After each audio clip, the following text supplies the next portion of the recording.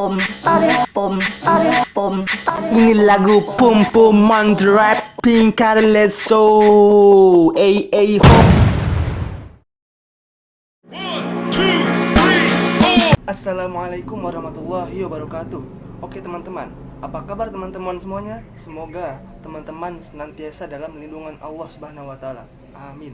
Jadi, pada pembahasan kali ini saya akan membahas tema yang berbeda dari konten-konten saya yang sebelumnya. Saya akan membahas tentang feminisme dalam pandangan agama Islam, dalam pandangan agama kita. Apa itu feminisme? Yuk kita simak berikut ini. Di dalam Islam, feminisme dipandang sebagai upaya untuk melakukan penyetaraan dan perlakuan yang adil terhadap kaum perempuan sebagai makhluk Allah Subhanahu wa taala. Sebagian cendekiawan muslim dan ulama berpendapat bahwa feminisme tidak menjadi masalah atau problem bagi Islam. Feminisme berasal dari bahasa Latin femina atau feminus yang merupakan kombinasi dari kata fe yang berarti iman dan mina atau minus yang artinya kurang. Jadi, femina itu artinya adalah kurang iman. Penamaan ini membuktikan bahwa di barat perempuan dianggap sebagai makhluk yang kurang iman. Artinya dia mudah sekali tergoda atas semua yang ada di dunia ini. Dan kata isme berasal dari bahasa Yunani ismos yang menandakan suatu paham atau ajaran-ajaran tertentu atau juga kepercayaan. Sedangkan pengertian feminisme adalah sebuah gerakan yang dilakukan oleh kaum perempuan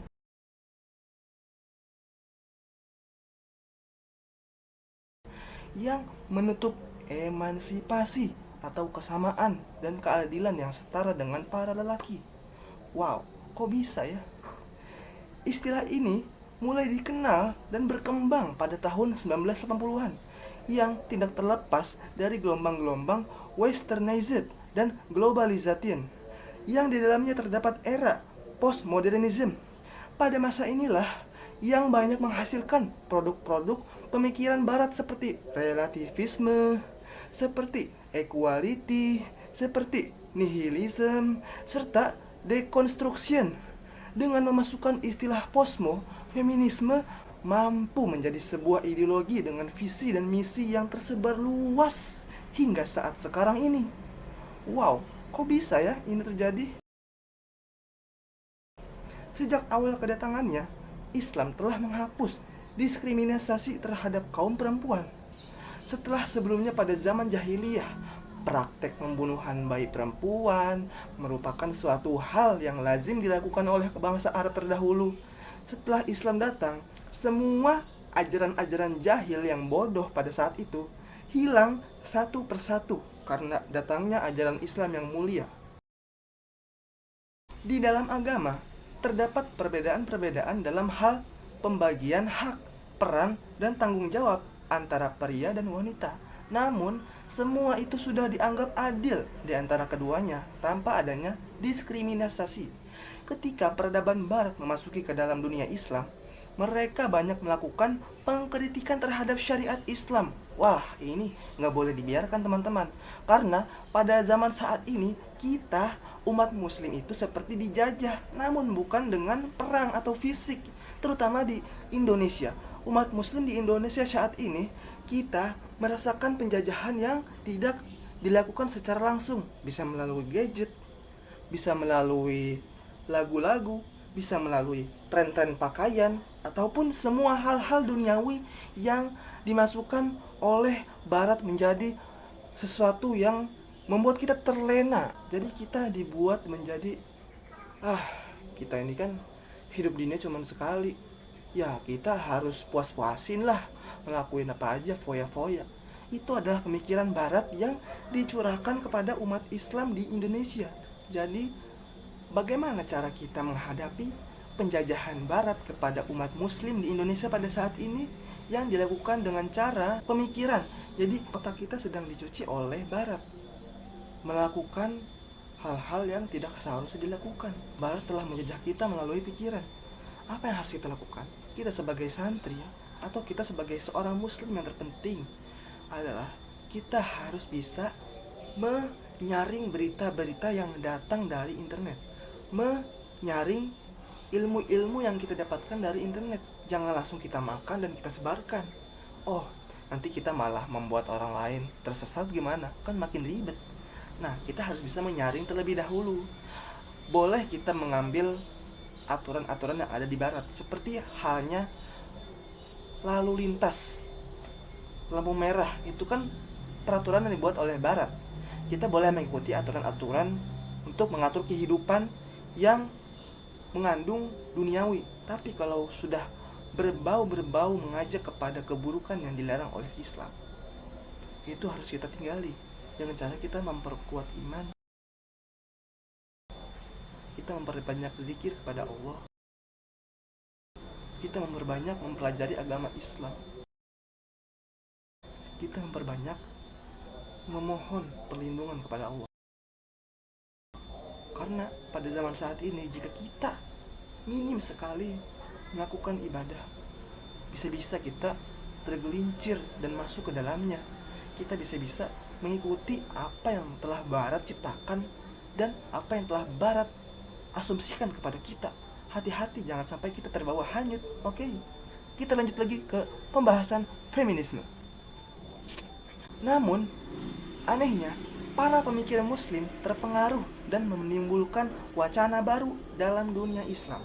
Konsep-konsep Islam tentang peran dan hak wanita dipertanyakan dan dibongkar dengan dalih tidak sesuai konteks zaman dan tidak adil bagi wanita itu sendiri. Mereka menuduh Islam memberikan perhatian lebih kepada laki-laki daripada perempuan dari segala lini kehidupan. Padahal jika kita telusuri dan pahami dengan baik, laki-laki dan perempuan jelas berbeda secara fitrah, namun sejatinya akan menjadi mulia dengan masing-masing tugasnya tanpa merasa terdiskriminasi. Nah, jadi Islam sudah mengatur semuanya dengan sempurna banget. Kita tidak perlu mengubahnya, apalagi membuat aturan-aturan yang tidak diajarkan dalam Al-Quran dan As-Sunnah. Sudah kita jalani semua, jangan ada kritik-kritik yang hanya membuat debat-debat yang tidak berguna.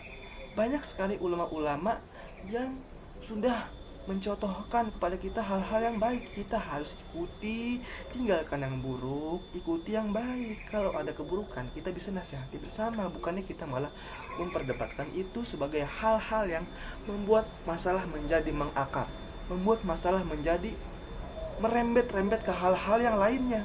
Nah, kita sebagai umat muslim harus cerdas dalam berpikir, menyelesaikan masalah dengan solusi-solusi yang ada, yang telah diajarkan oleh Islam tentunya. Karena banyak banget nih, siapa teman-teman yang suka nonton bioskop?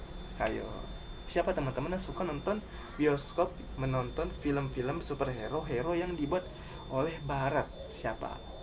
Padahal itu adalah sesuatu yang dibuat oleh barat kepada kita, agar kita mengidolakan mereka lebih daripada pendekar-pendekar muslim itu sendiri. Karena di dalam Islam itu banyak banget pahlawan-pahlawan Islam yang lebih hebat daripada di film-film yang tidak ada apa-apanya kalau di dunia nyata. Yang pastinya barat telah pintar sekali dalam mengotak-atik pikiran kita, dalam mengotak-atik kehidupan kita, dalam menghancurkan ideologi-ideologi yang telah diciptakan oleh Islam. Sedikit demi sedikit terkikis dan ditinggalkan oleh beberapa orang. Jadi yuk kita para pendakwah Islam semangat terus untuk berdakwah. Jangan sampai nilai-nilai Islam ini hancur seluruhnya. Kita harus bisa mengokohkannya, kita harus bisa mempertahankannya. Gaungkan syiar Islam sampai ke penjuru dunia. Takbir, Allahu Akbar. Kita lanjut ke pembahasannya. Oke, pengertian kesetaraan gender dan feminisme. Kata gender berasal dari bahasa Inggris yang berarti jenis kelamin, seks, atau kesetaraan gender dikenal dengan gender equality yang bermakna persamaan gender. Akan tetapi menurut Nasaruddin Umar, makna seks kurang tepat jika disamakan dengan jenis kelamin karena kosakata ini terbilang baru sehingga tidak ditemukan dalam Kamus Besar Bahasa Indonesia. Pada awalnya, kedua kata tersebut, gender dan seks, digunakan secara rancu. Beberapa tahun terakhir, di tengah maraknya gerakan feminis, kedua kata tersebut didefinisikan secara berbeda. Perbedaan konseptual antara gender dan seks bermula dikenalkan oleh Anne Oakley. Seks adalah pembagian jenis kelamin yang ditentukan secara biologis yang melekat pada jenis kelamin tertentu. yang tidak dapat dipertukarkan atau bahkan dirubah secara permanen, serta merupakan ketentuan biologis atau ketentuan Tuhan Allah Subhanahu wa taala atau kodrat. Sedangkan konsep gender adalah pembagian laki-laki dan perempuan yang dikonstruksikan secara sosial maupun kultural, bukan termasuk dalam kodrati atau non biologis, karena tidak abadi dan dapat dipertukarkan. Hal ini yang dijadikan sebagai landasan kaum feminisme dalam melancarkan ideologi mereka, bahwasannya gerakan gender tidak mempermasalahkan perbedaan identitas antara laki-laki dan perempuan dari segi anatomi, biologis, atau jenis kelamin, akan tetapi mengkaji aspek-aspek sosial budaya, psikologis, dan aspek-aspek non-biologis lainnya. Hal tersebut senada dengan pernyataan Nasaruddin Umar yang mengatakan bahwa gender merupakan suatu konsep yang digunakan untuk mengidentifikasi perbedaan antara laki-laki dan perempuan dilihat dari segi aspek konstruk sosial budaya. Jadi teman-teman, bagaimana pendapat teman-teman tentang feminisme? Apakah teman-teman pernah mendengar istilah ini? Jadi mungkin untuk kajian hari ini cukup sekian ya. Mohon maaf bila ada salah kata dari saya. Terus semangat dan gaungkan syariat Islam. Mungkin pembahasan ini nanti kita akan lanjut di part 2. Jadi jangan kemana-mana, tetap di channel saya. Simak terus kajian Aliwa Aroyaben. Mohon maaf bila ada salah kata. Kesalahan datanglah dari saya dan kebenaran datanglah dari Allah Subhanahu wa taala. Wassalamualaikum warahmatullahi wabarakatuh.